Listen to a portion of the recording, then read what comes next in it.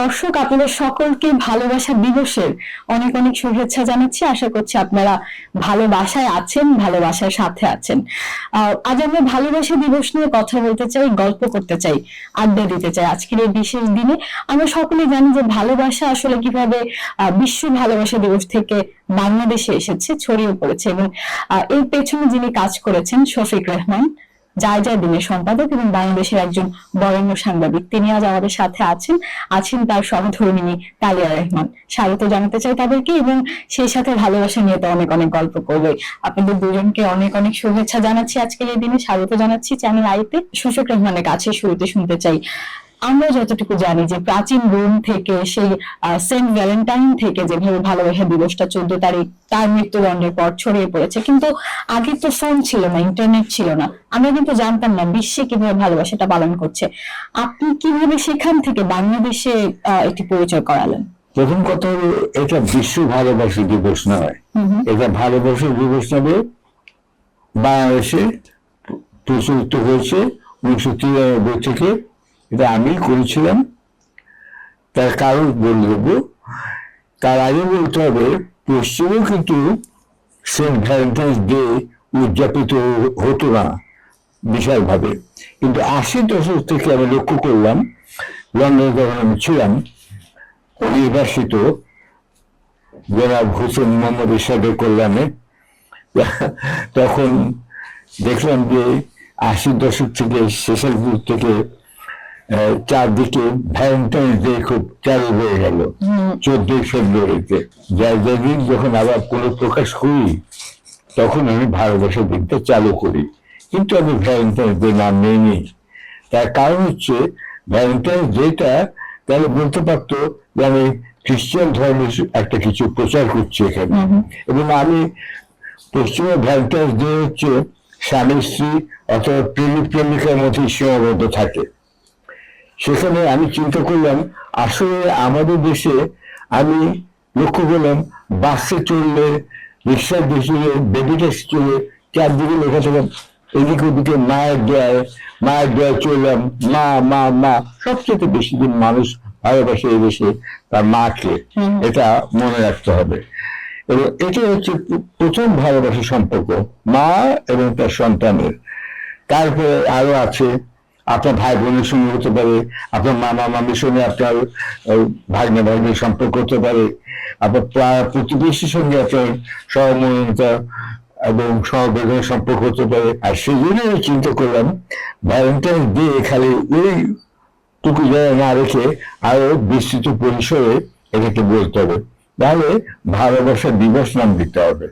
এই জন্য আমি ওটা ভ্যালেন্টাইন্স ডে বাদ দিয়ে দিলাম, এবং আমরা এটা প্রথম করেছি, এবং দেখলাম যে পাঠকরা সাদরে সেটা নিল। এবং এই জন্য কিন্তু অনেক কাজ করতে হচ্ছে, যে এখানে আমি একটা বললাম আর করে লিখলাম, তাতে হতো না। এই জন্য আমাদের আমি এটা প্রতীক হিসেবে লাল গোলাপকে আমি বেছে নিলাম। তার কারণ হচ্ছে, লাল গোলাপ বললেই আপনি বুঝতে পারেন যে এই গন্ধটা আছে এবং এটা লাল, তাই না? এটা আমার দেখাতেও হবে না। এটাও আমি ওটাকে প্রতীক হিসেবে আমি ভালোবাসা দিবস নিলাম। এইভাবে ভ্যালেন্টাইন্স ডে প্রতীক হার্ট, আমি কিন্তু এখানে ভালোবাসা দিবসের প্রতীক নিলাম গোলাপ, লাল গোলাপ, এবং লাল গোলাপের শুভেচ্ছা জ্ঞাপন করতাম। এইভাবে এটা ছড়িয়ে পড়লো, এবং আমি পাঠকের বললাম, আপনারা লিখুন, আপনাদের অভিজ্ঞতা বর্ণনা করুন আমাদের কাগজে। আমরা দেশের সর্বত্র, বিশেষ করে নারী এবং মফস্বলের যে লেখক লেখিকা, তাদেরকে প্রাধান্য দিতাম, এবং এই জন্য এটা ছড়িয়ে পড়লো। একটা মজার কথা বলতে চাই, এই যে সম্প্রতি নির্বাচন হয়ে গেল, ঠিক নির্বাচন আগে একটা কিন্তু সোশ্যাল মিডিয়াতে একটা লেখা ভাইরাল হয়েছিল, সেটা হচ্ছে, আমারও ভালো লেগেছে। সেটা হচ্ছে যে, নিশ্চয়ই চিন্তা করিবেন না ভাই, চিন্তা করেন 14 ফেব্রুয়ারি ভালোবাসি থাকিবে কি থাকিবে। বুঝছো? তার মানুষ চিন্তা করে দেখো মানুষ কতখানি এটা ভেতরে নিয়ে নিয়েছে, যে 3 দশকের জিনিস যদি কোনো দল এসে বন্ধ করে দেয় তার তো অসুবিধা আছে। আপনার আসলে এখন কেমন লাগে এই যে তো তারুণ্যের যে উচ্ছ্বাস, তারা একই সাথে ভালোবাসা দিবস পালন করছে, আপনাকে স্মরণ করছে এই দিনে, এই ব্যাপারটা আপনি কিভাবে দেখেন? আমাকে স্মরণ না করে চলবে, আমি সেটা চাই না। ব্যক্তি বন্দনা বাংলাদেশে বন্ধ করুন, কিন্তু একটা কথা আমি এখানে বলতে চাই, কিছু রাজনীতিকও বটে। আমরা কিন্তু ভারতের বা ইন্ডিয়ার 8 বছর আগে এটা করেছি, আমাদের পরে ওরা এসেছে। এই যে বয়কট ইন্ডিয়া, এই কথাটার বিরুদ্ধে আমি। ইন্ডিয়ার সঙ্গে আমাদের সহযোগিতা রাখতে হবে, একসঙ্গে কাজ করতে হবে। বিল্ট ইন্ডিয়া, আমরা ইন্ডিয়াকে প্রতিযোগিতা হারাবো। রেজনা চৌধুরী বন্যা যদি ভালো রেভলিউশন গান করেন তাহলে আর কেউ পারবে না। ওস্তাদ নিয়াজুল মোহাম্মদ যদি ভালো গান করেন, মানলাম চলে গেছেন, এখন তারা পারবে না। আমাদেরকে করতে হবে। আমরা বাংলাদেশিরা আমরা করেছি এই ভালোবাসার দিন, আমরা এই উপমহাদেশে আমরাই প্রথম, বাংলাদেশ প্রথম চালু করেছে। এটার জন্য আমি না, আমরা সবাই একসঙ্গে কৃতিত্ব দাবি করতে পারি। এটাই চালু থাকলে আমি খুশি হব। এখানে এটা একটা রক্তপাত বিহীন একটা দিনের মানুষ যদি উৎসব পালন করে, মা বাবাকে শ্রদ্ধার সঙ্গে স্মরণ করে, খুশি হব। আর ছেলে পেলে যারা তরুণ সময়, তাদেরকে বলবো আপনার মতো যারা আছে তারা আজ সকালে তারা বাবা মাকে 1 কাপ চা তৈরি করে খাওয়ায়, এটাই তাহলে তাদের ভালোবাসার নিদর্শন। আপনার কাছে ভালোবাসা মানে? ভালোবাসা কিন্তু অনেক রূপ আছে, অনেক শেড আছে। এটা অবশ্য ভুল হয়ে যেতে পারে। আপনার সঙ্গে আমার বন্ধুত্ব তো, আপনি নারী আমি পুরুষ, কিন্তু এইবারে যে আমি আপনার সঙ্গে দৈহিক কোনো কামনা করছি তা নাও হতে পারে। আপনি যে বই পড়েন, ধরুন আপনি শরীর গঙ্গোপাধ্যায়ের বই পড়েন অথবা আমারই লেখা পড়েন, সেখানে একটা মিল হতো, চিন্তার মিল, যেটা রুচির মিল, স্বাধীনতার মিল, মার্জিত ভাবনার মিল, এইগুলো হচ্ছে ভালোবাসা। দৈহিক কামনা অনেক নিচে আমি মনে করি থাকতে হবে। তা যদি না হতো, ভালোবাসা যদি বিস্তৃত না হতো, দৈহিক না হতো, তাহলে মানুষ এত হলো কি করে বাংলাদেশের? আপনি চিন্তা করুন। আমরা এত উন্নত হয়ে যাচ্ছি, উন্নত বিশ্বের সাথে খাপ খাওয়াতে খাওয়াতে এখন দেখা যায় যে একজন মানুষ একাধিক মানুষকে ভালোবাসছে, বা আমরা বিবাহ বহির্ভূত সম্পর্ক যেগুলো, বা বিয়ে করার পরেও পরকীয়া লিপ্ত হচ্ছে, ওই ধরনের ওটাকে তো আসলে অনেকে ভালোবাসা বলে থাকেন, সেটিকে আপনি কি বলবেন? না না, ভালোবাসা সব রকমের হতে পারে। আপনি শুনে অবাক হবেন যে আমেরিকাতে কিছু লোক আছে যারা পাথরের মূর্তিকেও ভালোবাসে। নিজের একটা ভালোবাসার একটা কুকুর রেখে দেব বা বিড়াল রেখে দেব, সেটাকেও ভালোবাসে। তো ভালোবাসার তো নানান বই প্রকাশ আছে। সুতরাং এটা নিয়ে আমি চিন্তিত নই, এবং থাকবেই। মানুষ মানুষকে ভালোবাসবে, মানুষ কুকুর ভালোবাসবে, পাখি ভালোবাসবে, একটা বাড়ি ভালোবাসবে, একটা জায়গা কুয়াকাটা যেতে হয়তো ভালোবাসবে। এরকম এটা ভালোবাসার অনেক বড় প্রকাশ আছে। এটা বুঝতে হবে যে অন্যান্য প্রাণীদের সঙ্গে মানুষের কিন্তু একটা বিশাল তফাৎ এখানেই, যে ভালোবাসার পরে আমি আপনাকে দেখে হাসতে পারি, মুচকে হাসতে পারি, আপনাকে ছুতে পারি চোখে। কিন্তু আপনি দেখুন, একটা কুকুর, বেড়াল বা ইঁদুর এরা এটা পারে না। কুকুর অবশ্য নিজ নিয়ে তার মনের আনন্দটা প্রকাশ করে, কিন্তু একটা মাছ কি সেটা পারে? পারে না। তারা তো প্রাণী, অন্যভাবে হয়তো করে। হ্যাঁ। তো এইখানে মানুষ যে নিজেকে প্রকাশ করতে পেরেছে, সেটার জন্যই কিন্তু মানুষ আছে এই শতাব্দীতে আমরা আছি। অন্য প্রাণীরা আমাদের নিচে চলে গেছে। ডাইনোসর, হাতি, বাঘ, ভালু, ওরা কি আমাদের যে শক্তিশালী নয়? ওরা কেন পারে না ভালোবাসা দিন করতে? আমরা করি, আমরা বিকশন প্রকাশ করতে পারি।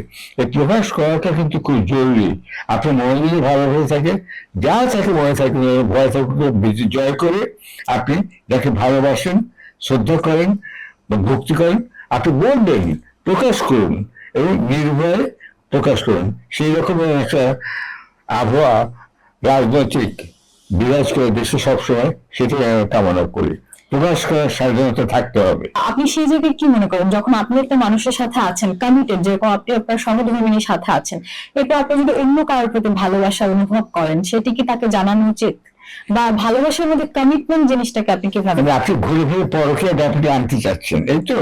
আচ্ছা, এটা খুবই দুঃখজনক যে বেড়ে গেছে। এটা আমি দুটো কারণ আছে আমি মনে করি। আগে আপনার মেয়েদের স্বাধীনতা ছিল না একটা স্বাধীন জীবিকা অর্জন করেন। দেখুন, নার্স অথবা টিচার ছাড়া তারা কিছু হতে পারতো না, অথবা কাজের মেয়ে, এই তো? কিন্তু এখন ব্যাংকে যান পাবেন, সাংবাদিকতা যান, টেলিভিশন যান, মেয়ে এগিয়ে আসছে, অর্থাৎ স্বাধীনতা তারা অর্জন করছে। উইমেন এম্পাওয়ারমেন্ট এ বিষয়ে বলবে। আচ্ছা, সেটা যে হয়েছে মেয়েদের স্বাধীনতার ফলে একটা বিরক্তিকর স্বামী বা অত্যাচারকারী বা নির্যাতনকারী স্বামী, স্বামীও কিন্তু স্ত্রীকে ধর্ষণ করতে পারে যদি তাদের দৈহিক মিলনটা হয় স্ত্রীর অনিচ্ছা সত্ত্বে, তাই না? সেখানে আজকে একটা মেয়ের স্বাধীনতা আছে, সে বেরিয়ে যেতে পারে, তালাক দিতে পারে, এবং সে নিজের একটা জীবিকা অর্জন করতে পারে। সেই স্বাধীনতা আগে ছিল না। এখন সেই জন্য আমার মনে হয় অনেক বেশি হয়।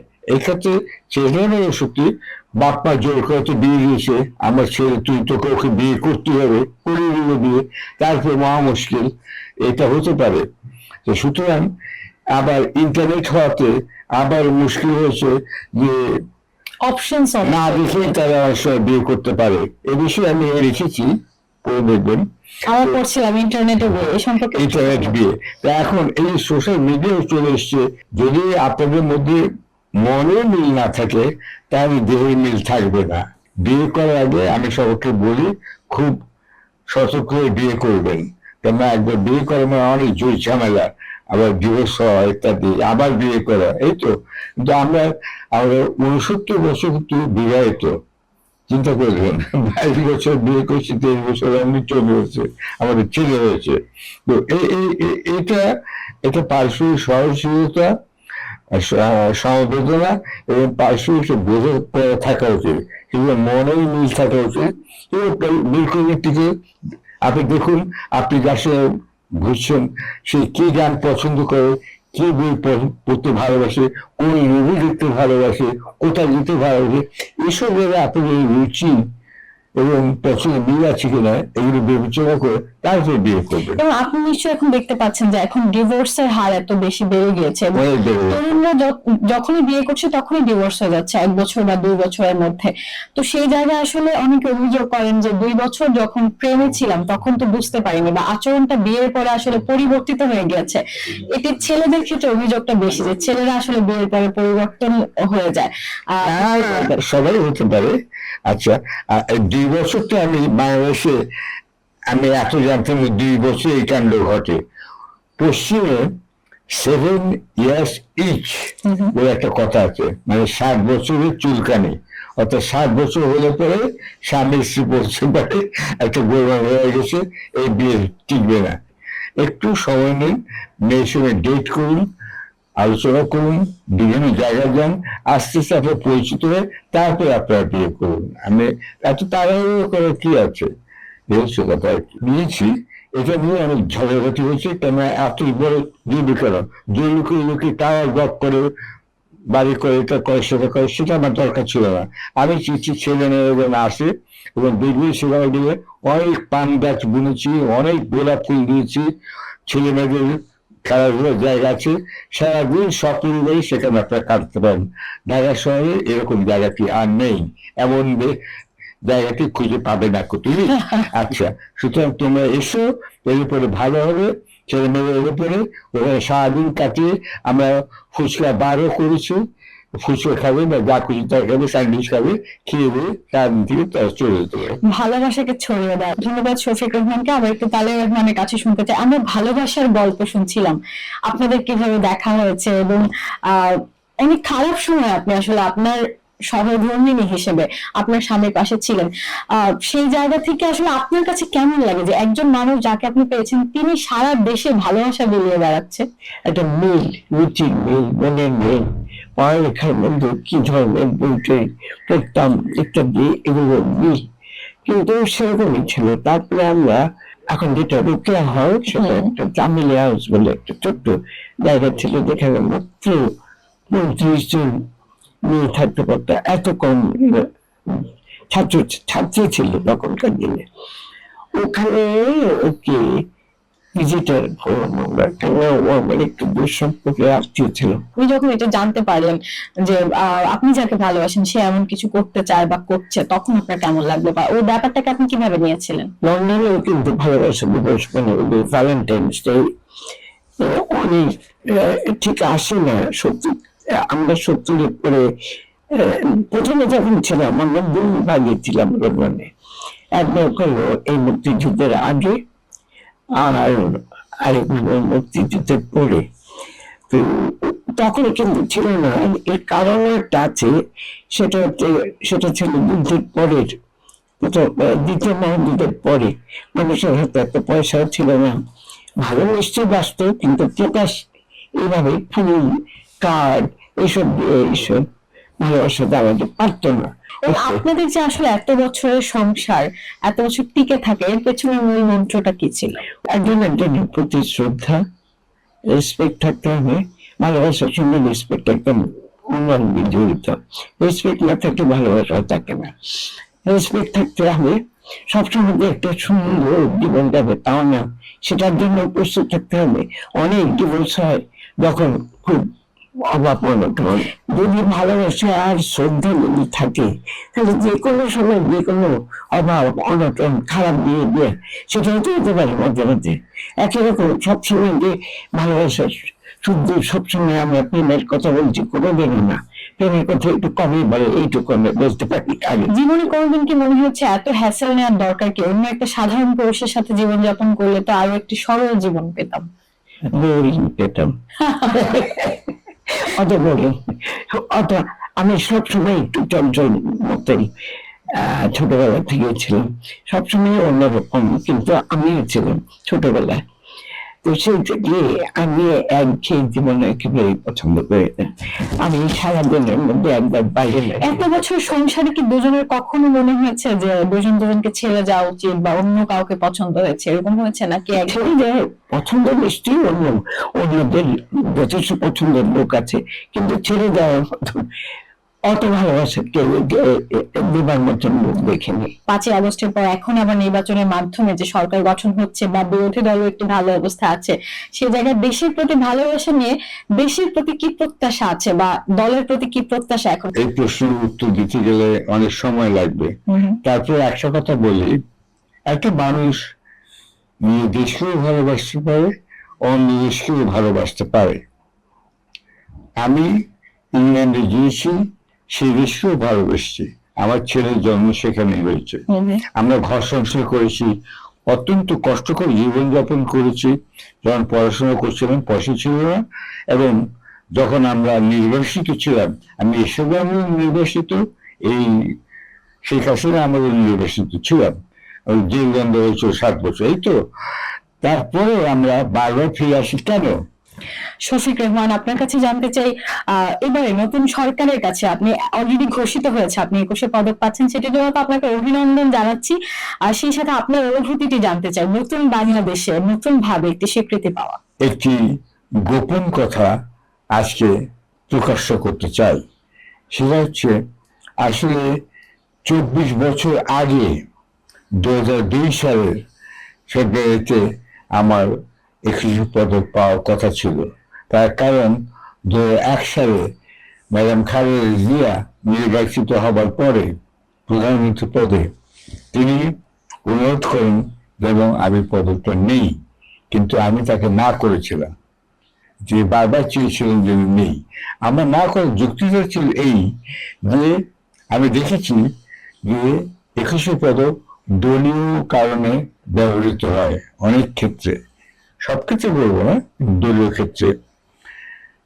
তাহলে 2001 সালের অক্টোবর মাসে খালেদা জিয়া বিজয়ের জন্য অনেকে বলতো যে শফিক রহমান অনেক কিছু কাজ করেছেন, এই জন্য খালেদা জিয়া তাকে এই টাইটেলটা দিল, পদকটা দিল।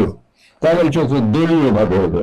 আমি যে লেখক অথবা সম্পাদক অথবা টিভি উপস্থাপক, যাই বলেন না কেন, বলে রেডিও উপস্থাপক, সেই হিসেবে আমি পেলাম না। আমি পেলাম একটা দলীয় ভাবে পেতাম, সেটাই লোকে মনে করতো। সেই জন্য তাকে অনেক বোঝাতে হয়েছে, নিরস্ত করতে হয়েছিল, তিনি শেষ পর্যন্ত আমার কথাকে মেনে নিয়েছেন। আজকে 24 বছর পরে ডক্টর ইউনূস সরকারের কাছ থেকে যখন আমি পেলাম, এবং আমাকে জানানো হয়নি, কারণ আমি আবারও প্রত্যাখ্যান করতে পারি এটা ধারণা ছিল হয়তো থাকে, তারা আমার স্ত্রীর সঙ্গে যোগাযোগ করেছে। তা তো জানেন যে আমি কিন্তু যাই বলি না কেন স্ত্রীর কথা মেনে সাথে চলি, বিশ্বাস করেন। আচ্ছা, তা সুতরাং সে বলছিল না, ও দিলে এবার ও রিফিউজ করতে পারবে না, আমি বলে দেবো। সেই জন্য আমাকে অনেক ঘুমিয়ে চলে আপনি কিছু পদক পেয়েছেন। আবার তুমি জানো, তারা কিছু বলেনি। আমি বুঝলাম, সেই জন্য আমি খুশি হয়েছি। এটা দলীয় কোনো পুরস্কার নয়, আমি যে লিখেছি এবং যে দেশের জন্য যে একটুকু কাজ করতে পেরেছি সেটা স্বীকৃতি স্বরূপ দেওয়া হয়েছে। আমি ডক্টর ইউনূস সরকারের সবাইকে এবং সংশ্লিষ্ট যারা এই দিকে মন দিয়েছেন তাদেরকে সবাইকে ধন্যবাদ জানাচ্ছি। আমাদের মাঝে বেঁচে থাকবেন আপনারা ভালোবাসা দিবসের দিনে। আপনাদের জন্য সেই শুভকামনা, এবং আপনারা যে ভালোবাসা আসলে ছড়াচ্ছেন সেটা আমাদের সকলের মধ্যে ছড়িয়ে পড়বে আশা করি। প্রিয় দর্শক, ভালোবাসা দিবসের বিশেষ ইউসিবি টু দ্য পয়েন্ট এতক্ষণ আপনারা দেখছিলেন। আপনাদের সকলকে ধন্যবাদ জানাচ্ছি যারা এতক্ষণ আমাদের সাথে ছিলেন, এবং সেই সাথে ভালোবাসা দিবসের শুভকামনা আপনাদের সকলের মধ্যে ছড়িয়ে দিতে চাই। আপনারা থাকবেন ভালোবাসার সাথে, থাকবেন ভালোবাসায়, সেই প্রত্যাশায় বিদায় নিচ্ছি।